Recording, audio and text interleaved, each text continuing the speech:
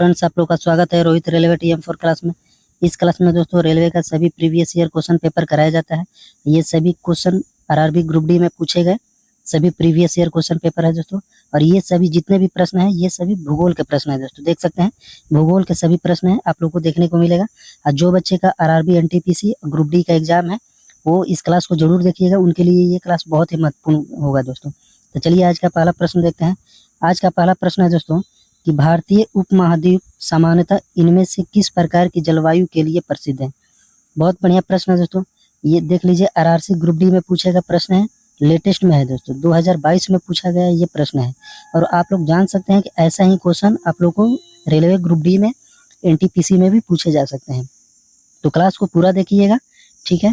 तो इसका right answer हो जाएगा दोस्तों ऑप्शन ए हो जाएगा, उष्णकटिबंधीय मानसून। उष्णकटिबंधीय मानसून यानी भारतीय उपमहाद्वीप सामान्यतः इनमें से किस प्रकार की जलवायु के लिए प्रसिद्ध है, तो ये उष्णकटिबंधीय मानसून के लिए प्रसिद्ध है दोस्तों, ठीक है। आगे बढ़ते हैं। अगला नंबर प्रश्न है दोस्तों कि वायुमंडल में ओजोन का स्तर कम होना कब से शुरू हुआ। जो वायुमंडल में ओजोन परत है उसका कम होना कब से शुरू हुआ है दोस्तों, तो इसका राइट आंसर है ऑप्शन ए हो जाएगा, 1980 से ओजोन परत में कमी होना स्टार्ट हो गया, ठीक है। बहुत ही बढ़िया प्रश्न है दोस्तों, ये भी आरआरसी ग्रुप बी में 2022 में पूछा गया प्रश्न है। नेक्स्ट क्वेश्चन है कि निम्न में से कौन सी वायु राशि गर्म है। निम्नलिखित में से यानी निम्न में से कौन सी वायु राशि जो है वो गर्म है, तो इसका राइट आंसर हो जाएगा ऑप्शन ए हो जाएगा दोस्तों, उष्णकटिबंधीय महाद्वीपीय। उष्णकटिबंधीय महाद्वीपीय हो जाएगा, जो कि वायु राशि एक गर्म वायु राशि है दोस्तों। बाकी सब ये जो तीनों है, ध्रुवीय महासागरीय ये ठंडा है, ध्रुवीय महाद्वीपीय ये भी ठंडा है, महाद्वीपीय और आर्कटिक ये भी ठंडा है दोस्तों। बाकी ये जो फर्स्ट है ऑप्शन ये वायु राशि गर्म है दोस्तों। नेक्स्ट क्वेश्चन है कि निम्न में से कौन सा कारक भारतीय जलवायु को प्रत्यक्ष रूप से प्रभावित नहीं करता है। निम्न में से कौन सा कारक भारतीय जलवायु को प्रत्यक्ष रूप से प्रभावित नहीं करता है, तो इसका राइट आंसर हो जाएगा दोस्तों ऑप्शन ए हो जाएगा, यूरोपीय देशों में बर्फबारी। ये जो कि भारतीय जलवायु को प्रभावित नहीं करता है। बाकी सब जितने भी ऑप्शन है, अक्षांश रेखा जो अक्षांश होता है देशांतर ये, और फिर उसके बाद ऊंचाई हो गया और दबाव और हवाएं, ये सभी जो कि भारतीय जलवायु को प्रभावित करते हैं प्रत्यक्ष रूप से दोस्तों। नेक्स्ट क्वेश्चन है दोस्तों, आप लोग से एक विनती है, अगर आप लोग मेरे चैनल पर नए हैं तो मेरे चैनल को सब्सक्राइब करिएगा और दोस्तों में शेयर करिएगा, और वीडियो अच्छा लगेगा तो लाइक भी कर दीजिएगा।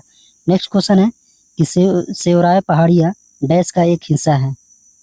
जो दोस्तों सेवराय पहाड़ियाँ हैं वो किसका हिस्सा है, तो ये पूर्वी घाट का हिस्सा है। तो इसका राइट आंसर ऑप्शन बी हो जाएगा, पूर्वी घाट का हिस्सा कौन है, तो सेवराय की पहाड़ियाँ, ठीक ना। ये आपको तमिलनाडु में देखने को मिल सकता है। नेक्स्ट क्वेश्चन है कि निम्नलिखित में से कौन सी वायुमंडल की सबसे ऊपरी परत है। निम्नलिखित में से कौन सी वायुमंडल की सबसे ऊपरी परत है, तो ये बाह्य मंडल। बाह्य मंडल जो कि वायुमंडल की सबसे ऊपरी परत है, और निचली परत क्षोभ मंडल। निचली परत क्या हो जाएगा दोस्तों, क्षोभ मंडल जो कि निचली परत है, ठीक है। तो इसका राइट आंसर ऑप्शन सी हो जाएगा। नेक्स्ट क्वेश्चन है कि कौन सा क्षेत्र क्षोभ मंडल को संताप मंडल से अलग करता है। कौन सा क्षेत्र जो है क्षोभ मंडल को संताप मंडल से अलग करता है, तो इसका राइट आंसर हो जाएगा ऑप्शन बी, क्षोभ सीमा। क्षोभ सीमा इंग्लिश में इसको बोला जाता है ट्रोपोपाउस। नेक्स्ट क्वेश्चन है कि ग्रीष्म में यानी गर्मी में उत्तर और उत्तर पश्चिमी भारत में दिन के दौरान चलने वाली तेज आवेगी गर्म सूक्ष्म पवनों को डैश के रूप में जाना जाता है। तो दोस्तों हम लोग जानते हैं कि जो गर्मी के टाइम में उत्तर और उत्तर पश्चिमी में चलने वाले हवाएं जो कि गर्म होती हैं वो क्या कहलाती हैं दोस्तों, लू कहलाती है। तो इसका राइट आंसर हो जाएगा ये ऑप्शन सी हो जाएगा, लू। कहाँ पर चलती है दोस्तों लू, तो ये आपके उत्तर पश्चिम भारत में चलता है। कहाँ पर, तो राजस्थान हो गया, राजस्थान में ज़्यादातर चलता है दोस्तों। नेक्स्ट क्वेश्चन है कि भारत में डैश की अवधि सामान्य वर्षा के आगमन का समय होता है जिसमें अचानक वृद्धि होती है और कई दिनों तक लगातार जारी रहती है, जिसे मानसून का फ्रस्टफोर्ट कहा जाता है। फ्रस्टफोर्ट कहा जाता है मानसून का। फ्रस्टफोर्ट किसे कहा जाता है, तो इसका राइट आंसर हो जाएगा ऑप्शन डी हो जाएगा दोस्तों, जून की शुरुआत से सितंबर के मध्य तक। जून की शुरुआत से सितंबर के मध्य तक ये मानसून का फ्रस्टफोर्ट कहा जाता है, फ्रस्टफोर्ट कहा जाता है। नेक्स्ट क्वेश्चन है दोस्तों, आगे बढ़ते हैं। दोस्तों चैनल पर नए होंगे तो चैनल को जरूर सब्सक्राइब करिएगा, क्योंकि ऐसा क्वेश्चन आप लोग को प्रीवियस ईयर क्वेश्चन है दोस्तों, और इसी आधार पर आप लोगों को आरआरबी ग्रुप डी में, आरआरबी एनटीपीसी और आरपीएफ कांस्टेबल जेई में पूछे गए सभी प्रीवियस ईयर क्वेश्चन पेपर, और ऐसा क्वेश्चन ही पूछा जाएगा, ठीक ना, कोई बाहर से क्वेश्चन नहीं आएगा दोस्तों। निम्नलिखित में से किस राज्य में ग्रीष्म ऋतु में स्थानीय पवनें चलती है? निम्नलिखित में से किस राज्य में ग्रीष्म ऋतु यानी गर्मी में स्थानीय पवनें चलती है? तो कहाँ पर चलती है दोस्तों? तो ये आपका स्थानीय पवनें लू, यहाँ पर ये दोस्तों कट गया है, लू चलती है, तो ये आपका राजस्थान में लू चलती है। तो इसका राइट आंसर ऑप्शन सी हो जाएगा दोस्तों। नेक्स्ट क्वेश्चन है, अगला नंबर प्रश्न है कि इनमें से किस स्थान पर क्षोभ मंडल की मोटाई सर्वाधिक होती है? इनमें से किस स्थान पर क्षोभ मंडल की मोटाई सर्वाधिक होती है? तो क्षोभ मंडल की मोटाई सबसे अधिक कहाँ पर होती है दोस्तों? ये भूमध्य रेखा पर, भूमध्य रेखा पर क्षोभ मंडल की मोटाई सबसे अधिक होती है। नेक्स्ट क्वेश्चन है, देखिए दोस्तों ये सभी प्रश्न जो है ना 2022 में पूछे गए, ग्रुप डी में पूछा गया 2022 का प्रश्न है दोस्तों। नेक्स्ट क्वेश्चन है कि निम्नलिखित में से उन राज्यों की पहचान कीजिए जो पूर्व मानसून बौछार काल बैसाखी से संबंधित है। काल बैसाखी से कौन संबंधित है दोस्तों? तो इसका राइट आंसर हो जाएगा ऑप्शन ए हो जाएगा दोस्तों। काल बैसाखी कहाँ चलता है? तो ये आपका पश्चिम बंगाल और असम में, पश्चिम बंगाल और असम में काल बैसाखी बोला जाता है। नेक्स्ट क्वेश्चन है कि निम्न में से कौन सी क्रिया ओजोन परत की मोटाई को बढ़ाने के लिए सर्वाधिक उपयुक्त है? निम्न में से कौन सी क्रिया ओजोन परत जो है, ओजोन परत की मोटाई को बढ़ाने के लिए सर्वाधिक प्रयुक्त है, उपयुक्त है? तो इसका राइट आंसर हो जाएगा दोस्तों ऑप्शन डी हो जाएगा, फ्लोरीन आधारित प्रशीतकों का उपयोग करना, ठीक है, इसका प्रयोग को कम करना।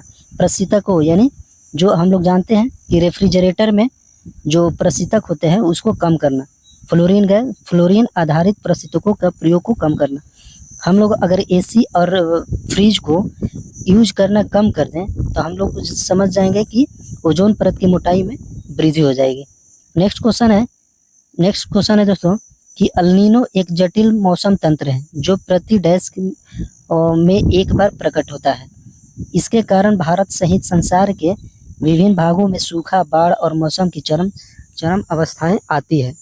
तो ये कितनी बार दोस्तों? तो ये 3 से लेकर 7 बार, ये 3 से लेकर 7 बार, एक वर्ष में 3 से लेकर 7 बार। नेक्स्ट क्वेश्चन है कि निम्नलिखित में से कौन सा राज्य दक्षिण पश्चिम मानसून से सबसे सर्वाधिक पहले, माने वर्षा सबसे पहले कहाँ होती है? तो ये आपका केरल में, यानी दक्षिण पश्चिम मानसून से सबसे पहले वर्षा कहाँ पर होती है? तो केरल के तट पर। इसका राइट आंसर हो जाएगा ऑप्शन बी दोस्तों, ठीक है। नेक्स्ट क्वेश्चन है कि निम्न में से कौन सा कारक भारत की जलवायु का निर्धारण नहीं करता है? निम्न में से कौन सा कारक भारत की जलवायु का निर्धारण नहीं करता है? तो इसका राइट आंसर हो जाएगा ऑप्शन ए, देश का सतह क्षेत्र या तल क्षेत्रफल। ये दोस्तों ये गलत हो जाएगा, माने यही इसका राइट आंसर हो जाएगा। जो कि भारत की जलवायु का निर्धारण कौन करता है? तो ऊंचाई, अक्षांश, भूमि और जल का वितरण। नेक्स्ट क्वेश्चन है, इस वीडियो का लास्ट क्वेश्चन है दोस्तों कि विश्व में सर्वाधिक वर्षा किस स्थान पर होती है? विश्व में सर्वाधिक वर्षा किस स्थान पर होती है? तो ये इसका राइट आंसर मासीराम। मासीराम कहाँ है दोस्तों? तो ये आपका मेघालय में है। मासीराम कहाँ है? तो मेघालय में है, जो कि यहाँ पर सबसे अधिक वर्षा होती है, ठीक है। आप लोग को दोस्तों ये क्लास कैसा लगा आप लोग कमेंट करके ज़रूर बताइएगा। दोस्तों आप लोग वीडियो को ज़्यादा से ज़्यादा शेयर नहीं करते हैं, आप लोग वीडियो को ज़्यादा से ज़्यादा शेयर करें जिससे कि हमें भी मनोबल मिले, हम भी प्रोत्साहित हो, आगे बढ़ें। आप लोग का एक सपोर्ट दोस्तों हमें आगे बढ़ा सकता है, ठीक है। आप लोग किस एग्ज़ाम की तैयारी करते हैं कमेंट बॉक्स में ज़रूर बताइएगा, मैं उस एग्ज़ाम की तैयारी आप लोग को करवा दूँगा दोस्तों। तो चलिए आज की क्लास को यहीं पर समाप्त करते हैं। आज के लिए